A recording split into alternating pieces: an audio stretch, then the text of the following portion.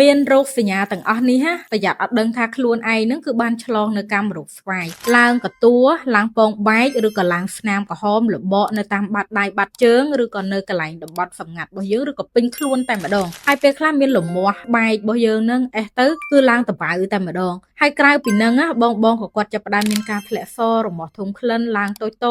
កតួនៅនឹងតំបន់សម្ងាត់របស់គាត់ដែរហើយចំពោះកម្មរោគស្វាយនេះគឺឆ្លងតាមរយៈការរួមភេទដោយមិនបានការពារហើយក៏អាចឆ្លងពីម្ដាយទៅកូនកំឡុងពេលដែលគាត់កំពុងតងន់ដែរអញ្ចឹងបើសិនជាចេញរោគសញ្ញាទាំងអស់នេះសូមប្រញាប់ក្នុងការដែលដោះស្រាយឲ្យបានត្រឹមត្រូវនិងទាន់ពេលវេលាព្រោះនៅពេលដែលយើងកើតកម្មរោគស្វាយហើយយើងអត់ដោះស្រាយយើងនឹងមានផលវិបាកច្រើនទី1ងាយនឹងមានពងបែកតបៅធ្ងន់ធ្ងរនៅនឹងតំបន់សម្ងាត់ឬក៏ងាយឆ្លងមេរោគអាចវិវត្តទៅជាមហារីកទី2ធ្វើឲ្យរាងកាយរបស់យើងចាប់ផ្ដើមចុះខ្សោយខ្លាំងចាគេងអត់លក់ញ៉ាំអត់បានស្រក់គីឡូជាដើមហើយអីដែលសំខាន់គឺធ្វើឲ្យយើងបាត់ចំណងផ្លូវភេទអត់មានអារម្មណ៍តតែសោះអញ្ចឹងបើសិនជាមានបញ្ហាទាំងអស់នេះហើយចង់ដោះស្រាយអាចតាក់ទងមកកាន់អ្នកគ្រូតាម Telegram ឬក៏អាចដាក់ជាលេខទូរស័ព្ទនៅខាងក្រោមនេះដើម្បីធ្វើការសាកសួរព័ត៌មានបាន